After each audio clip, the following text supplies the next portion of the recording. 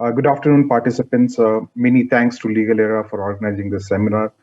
I also welcome our keynote speakers for today's session, Justice Sikri and Senior Advocate Kambata. Today's session also comprises a panel discussion, so please remain tuned in.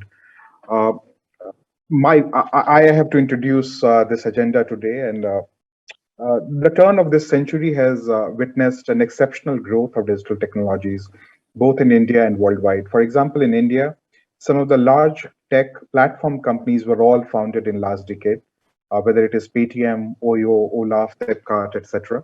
Globally, also Facebook, Twitter, YouTube, Gmail were all founded in last decade. New industries driven by digital technologies have emerged to provide products and services that have become a commonplace, while older firms that supplied them have been eclipsed.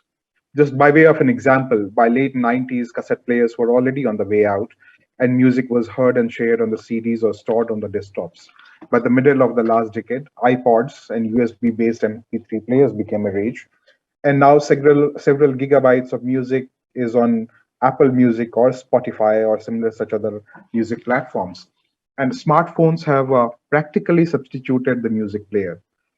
Interestingly, smartphone is not just substituting music player, but also seem to have replaced wristwatches or a calculator. And because of mobile wallets, slowly even the credit cards are getting edged out. As this digital transformation is gaining momentum, many have questioned whether the legal and analytical tool available to the competition law authorities are sufficient to deal with various forms of business conduct, which is characteristic of digital economy that have been identified as threat to competition. As many of you would know, the introduction of competition law is itself the product of similar transformation that occurred during the second industrial revolution in the United States, when new technologies such as the advent of railroad, telephone and telegraph communication, electricity generation, and petroleum extraction arose at the turn of the last century. The emergence of US competition law was the response to public demands for government limitation on certain forms of business conduct perceived as threatening.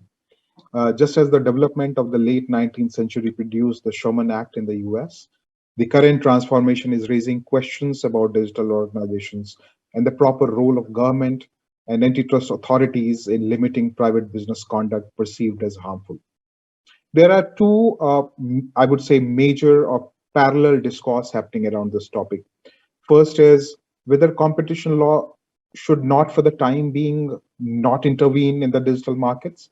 Generally speaking, digitization has brought down the price, and in most of the cases, it is free. For example, when you go on Google for search is free.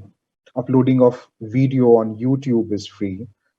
Hosting news channel or travel and lifestyle channel on YouTube is free. From the era when we had just one news channel, now we see there are several YouTube-based news channels are there. There are travel logs being presented on YouTube. All of it is almost free.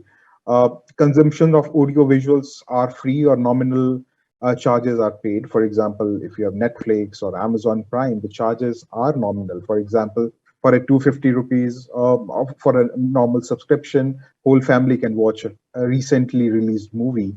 Um, Likewise, retail delivery of goods almost anywhere in the country is free or nominal.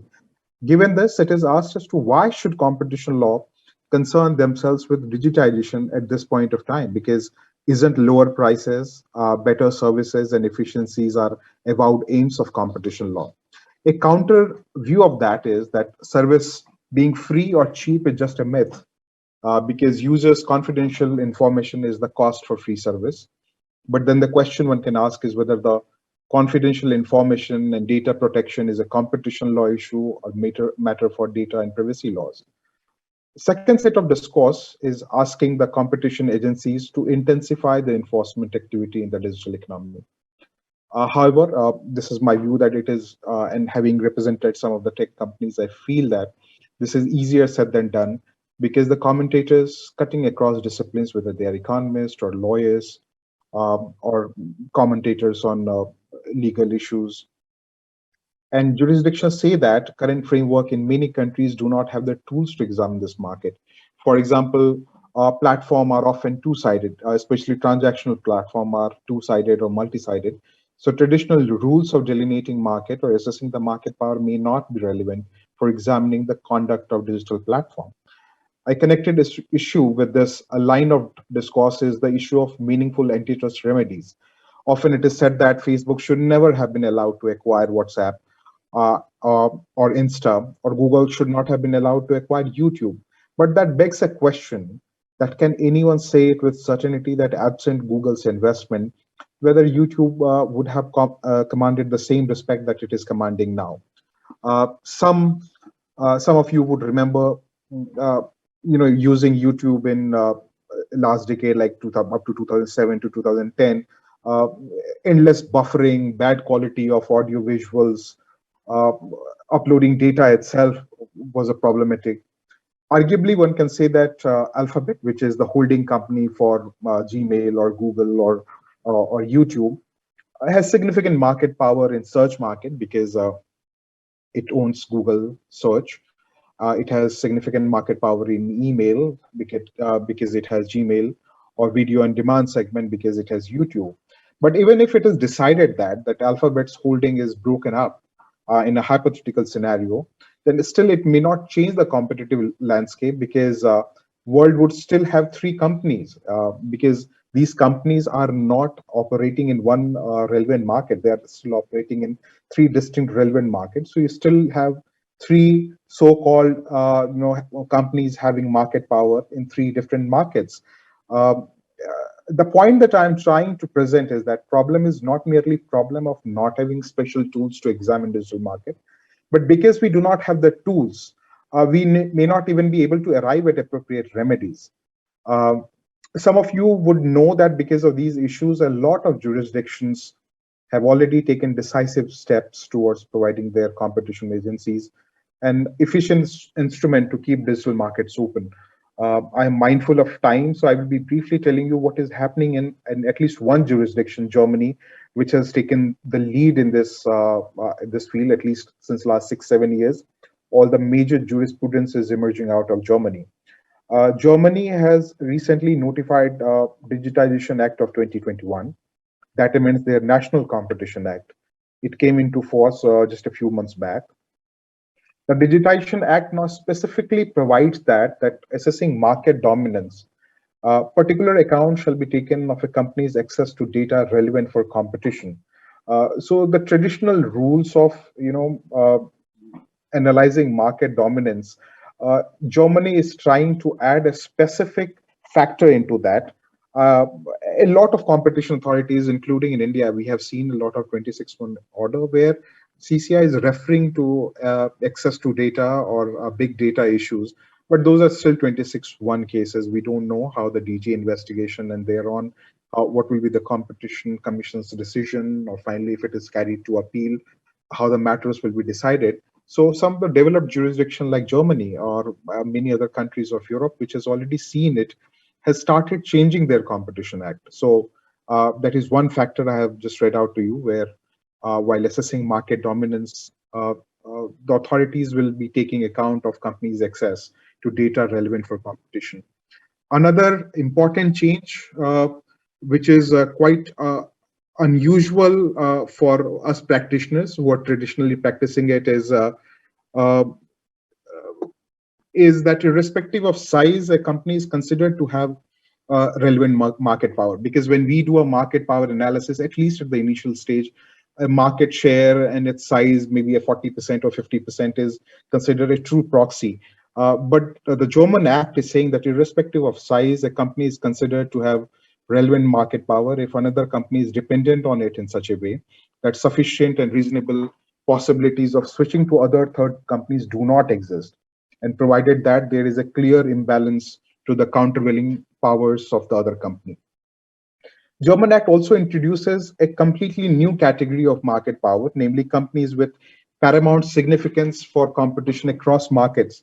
So, as some of you would know, who have faced this or who are practitioners, that when we do the analysis of market power, we do it in relation to a particular relevant market.